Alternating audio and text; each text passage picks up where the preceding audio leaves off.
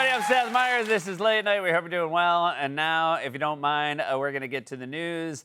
New York's St. Patrick's Day Parade was held yesterday. It included more than 159,000 marchers, or as it's known in Ireland, one family. Oh, here come the O'Malleys. Trump praised former British Prime Minister Winston Churchill yesterday during a press appearance with Irish Prime Minister Michael Martin. You praised Winston Churchill in front of the Irish? Anything else you want to praise? Maybe non-alcoholic beer? O'Doul, we love O'Doul.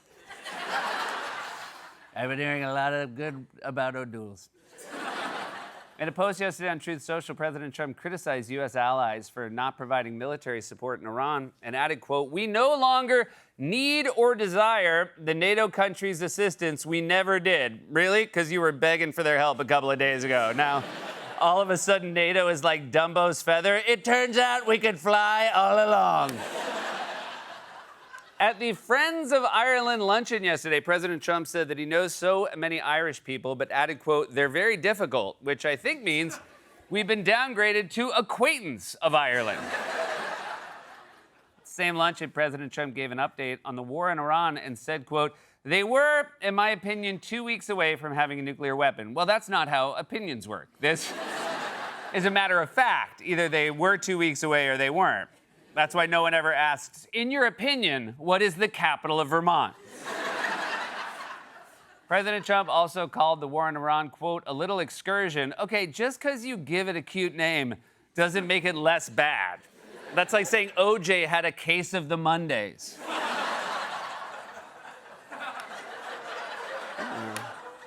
FBI Director Kash Patel was recently photographed wearing custom Nike sneakers with his personal logo, the FBI motto, and a Punisher skull. Dude, you're the head of the FBI. Why are you dressing like every guy having brunch in Tribeca?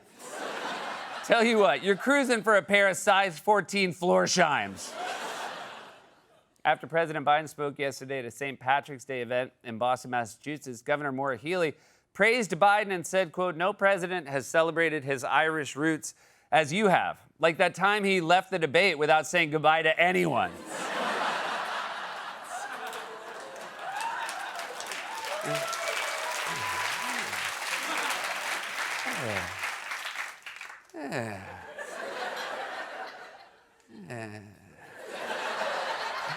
Apple CEO Tim Cook dismissed rumors this week he's planning on retiring and said that he, quote, "can't imagine life without Apple because whenever he does, he gets quite the jolt from his Apple shock collar." In a post on Monday on Truth Social, President Trump promoted Fox News host Sean Hannity's podcast, Hang Out with Sean Hannity, which is also the #1 least requested thing at Make-A-Wish. Finally, a Chinese man was arrested recently at an airport in Kenya after officials discovered more than 2,000 live ants in his luggage. Authorities became suspicious when his carry-on carried itself on. That was a monologue, everybody. Got a good one for you tonight.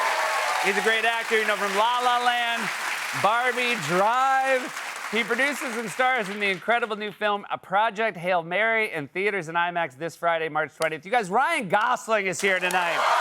First time. She's a fantastic singer-songwriter. Her 6th album, Super Bloom, is out April 17th. Jessie Ware is back on the show. Before we get to all that, 2 of Donald Trump's appointees testified before Congress today. One of them defended the Iran war after previously opposing it, and the other defended dueling. Also, Trump wants to do regime change in Cuba. For more on this, it's time for a closer look.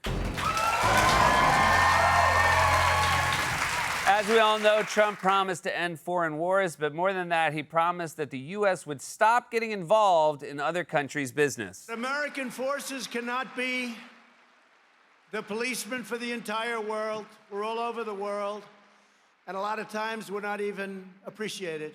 The United States cannot afford to be the policeman of the world anymore, folks. We have to rebuild our own country. We are losing billions and billions of dollars. We cannot be the policeman of the world. Our country has never been in more danger of World War III than it is right now. And we don't want to be the world's policeman. You know, based on how it's gone in recent years, I think the world is probably okay with that, you know? People like the police the most when they arrive after you call them for help. In recent years, we've been showing up uninvited, underprepared, like that Border Patrol agent in Minnesota who slipped and fell on his ass. That's us when we meddle in another country's affairs. We come in hot, fall on our asses, and run away with our tails tucked between our legs while everyone laughs at us. But while we're running away, we act all tough, like we meant to do that. Like our captain said, Johnson, you go in first. Confirm that ice is slippery. So you heard Trump, we don't want to be the world's police, but when Trump decided he actually really likes blowing things up, MAGA turned on a dime. I'm not against America being the policeman of the world, but certainly the policeman of the hemisphere, I'm for it. We live in a world, in the real world, Jake, that is governed by strength, that is governed by force, that is governed by power. Every once in a while, we got to send a bunch of commandos to kick in your door and drag you into a helicopter in the middle of the night in handcuffs. We are the dominant predator, quite frankly, force in the Western Hemisphere. What rules the world and has ruled humanity is the law of the jungle. We rule the jungle. We are the lion. Got it. They don't want to be the police, they want to be lions, so they're not 13 years old, they're 7. Also, you know what tough guys never do? They never talk tough, because when you do, you sound like you're playing Call of Duty in your parents' basement. I am the lion. I rule the jungle. Actually, lions don't live in jungles. They live in savannas. Shut up, Theodore. Mom, can you bring us down some pizza rolls? That's the new MAGA philosophy, and not just abroad, but here at home. Today, during a hearing to become the next Homeland Security Secretary, Oklahoma Senator Markwayne Mullin actually defended dueling. This was immediately an intense hearing at kickoff between the Republican chairman Rand Paul and Senator Markwayne Mullin, dating back to some history the two of them have, specifically as it relates to an attack by Rand Paul's neighbor in 2017. In 2017, Rand Paul was attacked by one of his constituents, seriously injured, and Mullin at the time made a comment about the fact that he understood why that person might have acted out violently against Rand Paul. What I was simply pointing out is some of the rules that still apply to this body. For instance, dueling with 2 consenting adults is still there. I was pointing out what is still illegal for 170 years. There's no precedent for legal dueling. I don't know which part of that is weirder, that Mark Wayne thought dueling was still legal, or that Rand immediately knew it hasn't been legal for 170 years. Okay, nerd. If you challenge Rand to a duel and said name the time and the place, he'd say, I'm not sure about the place, but let's make the time the year 1856 so we don't get arrested. Shut up, Theodore! Mom! Get a move on the pizza rolls! Also, very funny to describe a duel as being between 2 consenting adults. You know, because if only one person consents, that's murder. It's not okay if one guy is just pacing. Why'd you shoot me? You were counting your steps. My Fitbit's broken. Doing it manually.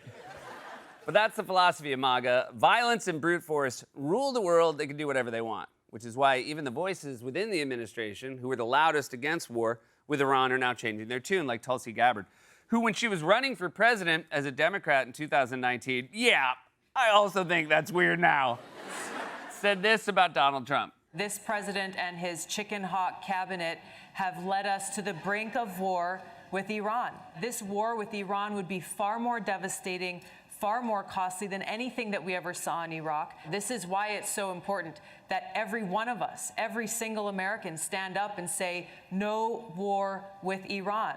Now, a chicken hawk is someone who goes to war but never served in one. And I just want to say, how dare she call Stephen Miller a chicken hawk when he's clearly way more of a mad scientist who would try to combine a chicken and a hawk.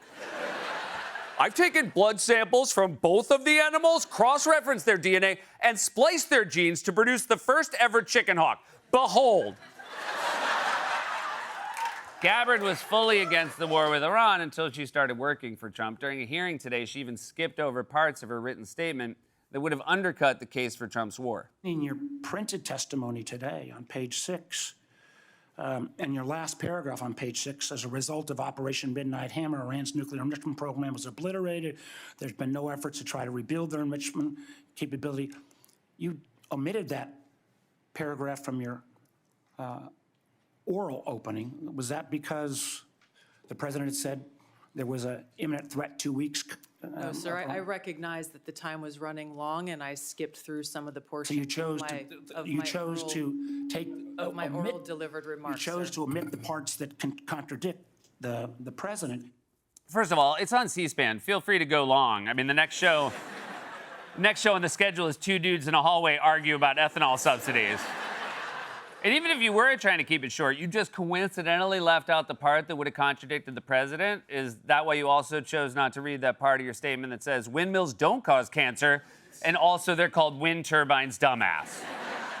So this is the new MAGA. They lied about ending foreign wars. All they care about is power. They can invade any country they want. First, it was Venezuela. Then it was Iran. Next, it's Cuba. President Trump has again set his sights on Cuba. New York Times is reporting that President Trump wants Cuba's president to step down.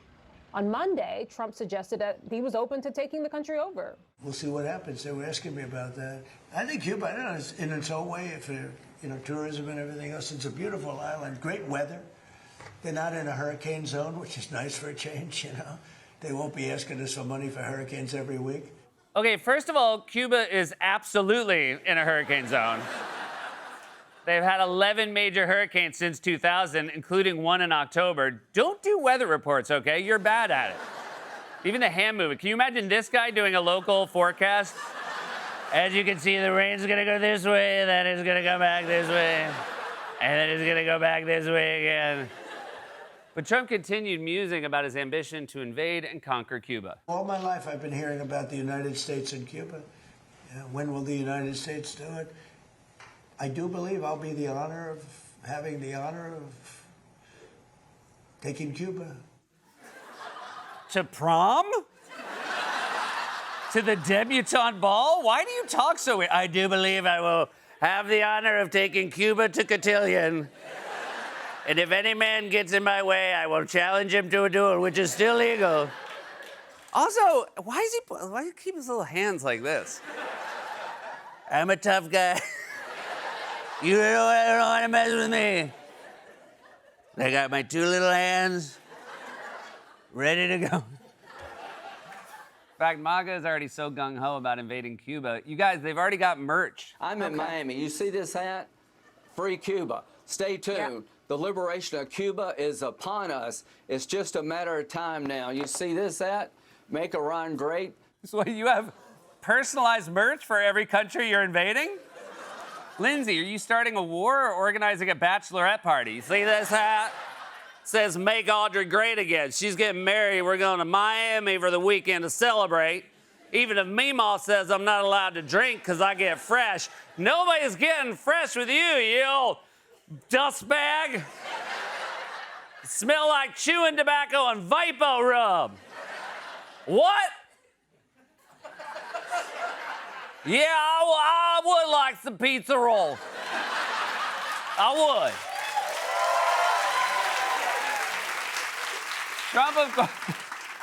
Trump, of course, loves the branding. He also loves when things go boom. On Wednesday, for example, he held up a model of a B-2 bomber, which means he had to take his little hand. He had to hold. If you're wondering how he had him ready to go, and they picked it right up. He picked up a model of a B-2 bomber and bragged about how cool it was. But of course, since he's Trump, he did it in the weirdest possible way. These gorgeous B-2 bombers. Give me that bomber, Andrews. Let me just hug that little sucker. Give me that bomber over there. Thank you. You knew immediately which one. This looks small, but in person it's very big.